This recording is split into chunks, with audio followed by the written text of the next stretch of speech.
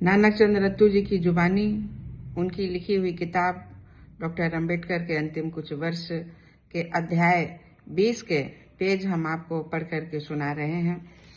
सबसे पहले आप सभी भाई बहनों को मेरा सादर नमो बुद्धाय, जय भीम। मैं संघे मित्रा गौतम, लक्ष्य कमांडर, भारतीय समन्वय संगठन लक्ष्य, लखनऊ से। आज भावभीने सम्मान और श्रद्धार्पण के बारे में मैं आपको बताऊंगी। वीडियो का ये 9वां भाग है जो अब मैं बोलने जा रही हूँ।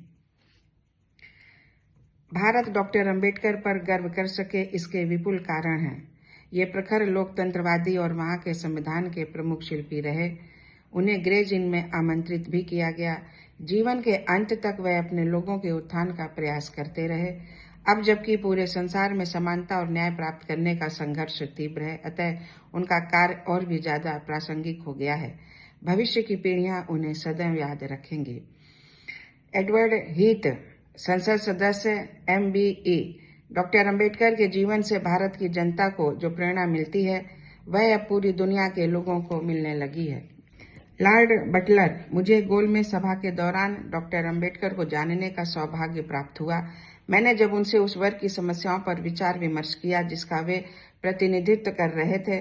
तीसरे दशक के आरंभ में बनी फ्रेंचाइज कमेटी की रिपोर्ट की भी चर्चा की गई।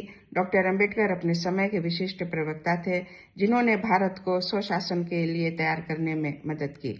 अपने वर्ग का बेहद उन्होंने ईमानदारी से प्रतिनिधित्व किया। गांधी जी उनसे बहुत प्रभावित थे। भारत संबंधी मामलों पर आज की तारीख तक भी उनका प्रभाव है। 12 अप्रैल 1973। Doctor IG Patel, London School of Economics and Political Science, London university. Doctor Ambedkar के बारे में प्रोफेसर एडवी कैनर ने कहा है, हमारे समय के वे योग्यतम भारतीय हैं। अंबेडकर ऐसे व्यक्ति नहीं थे जो गांधी जी की अपील पर अपने लक्ष्यों के साथ जरा भी समझौता करें। वे जिस चीज को ठान लेते थे उस पर अडिग रहते थे, भले ही वह गलत क्यों ना हो। ये स्कूल अपने इस पूर्व छात्र पर गर्व करता है। इसका प्रमाण है कि उनका चित्र यहाँ के कमरों में लगाया गया है। RM सुमन, काउंसलर, लेखर्त, हर्ट। बाबा साहेब भारत के महानतम सपूत थे। वह वहाँ के दलित वर्ग के उद्धारक ही नहीं बल्कि एक अंतर्राष्ट्रीय व्यक्तित्व थे। इनसाइड एशिया के लेखक लॉर्ड गुंथर के अनुसार डॉक्टर अंबेडकर बौद्धिकता के हर मानदंड पर दुनिया के श्रेष्ठ छठे मस्तिष्क थे। अंबेडकर ने अन्याय, असमानता और छुआछूत के कैंसर के विरुद्ध कठोर युद्ध किया। छुआछूत समाप्त करने में जितनी सफलता डॉक्टर अंबेडकर को मिली उतनी किसी अन्य नेता को नहीं।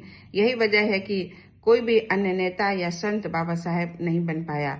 ये संज्ञा केवल अंबेडकर ही प्राप्त कर सके जो भारत के दलितों के उद्धारक थे। डॉक्टर एंसिली T. एम्ब्री, कार्यवाहक dean, Columbia University. Doctor Ambedkar का जीवन इस बात का सबूत है कि हम सब एक जैसी मनुष्यता के साथ पैदा होते हैं, चाहे वह कोई भी जाति, लिंग या धर्म का हो। हमें ये भी प्रेरणा मिलती है कि हम अपने लोगों पर हो रहे अन्याय के विरुद्ध जरूर संघर्ष करें। अब जबकि दुनिया में समानता और न्याय के मांग की आवाज उठ रही है, उनका जीवन और भी विशिष्ट हो गया है। Doctor H.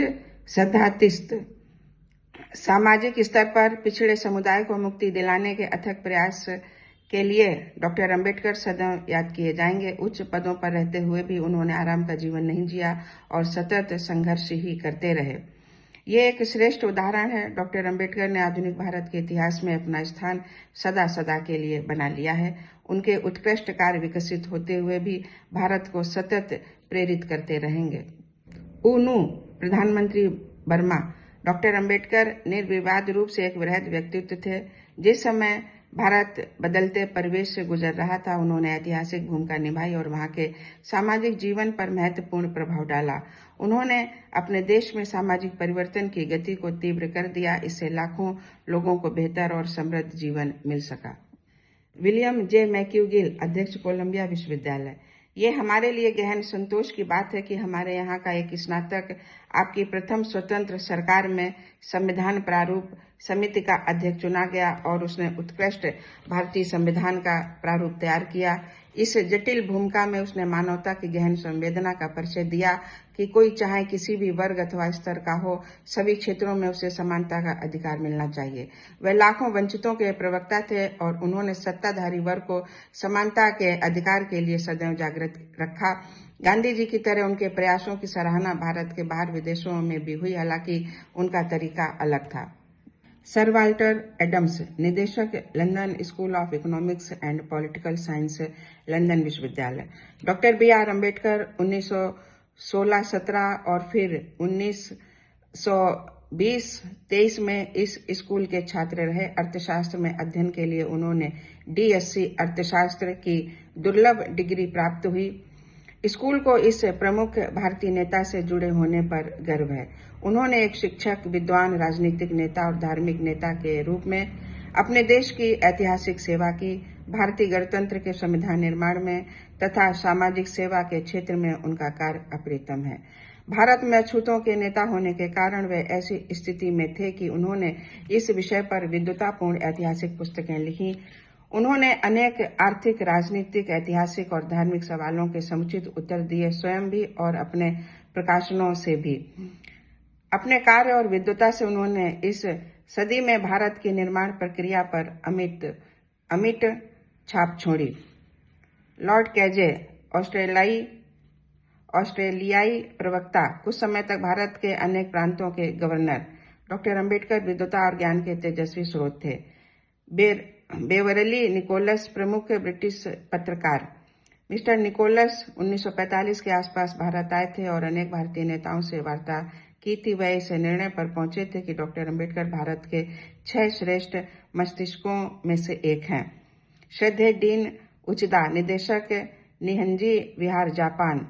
बौद्ध मत में इस वर्ग है, पर मेरा मत है कि डॉक्टर भीमराव अम्बेडकर बौद्ध मत के न्यायोचित उत्तराधिकारी हैं। जापान के अन्य बौद्धों के साथ मैं आपकी एकता और संगठन के प्रयासों का समर्थन करता हूं। संत अम्बेडकर के 102वें जन्मदिन पर मैं आपसे वादा करता हूं कि आपकी आर्थिक बेहतरी की योजनाओं में भी मदद करूंगा। भारत में बुद्धम की तेजी से पुनर्जीवित करने के लिए आइए हम सब हाथ मिलाएं। हम राजनीति और आर्थिक क्षेत्रों में भी बौद्ध मत का समावेश करें। मिस्टर माइकल फुट, सदी के महान प्रवक्ता। भारतीय नेता जैसे कि गांधी और नेहरू महान थे, पर डॉक्टर अम्बेडकर उन महानों में भी महानतम थे। वह अपनी समस्याओं को किसी भी क्षण संसद में रख सकते थे। ऐसा वह अदम्य दृढ़ता और भारत के समग्र इतिहास के विशद ज्ञान के कारण कर पाते थे। तो साथियों, अगले वीडियो का इंतजार करें। तब तक जय भीम।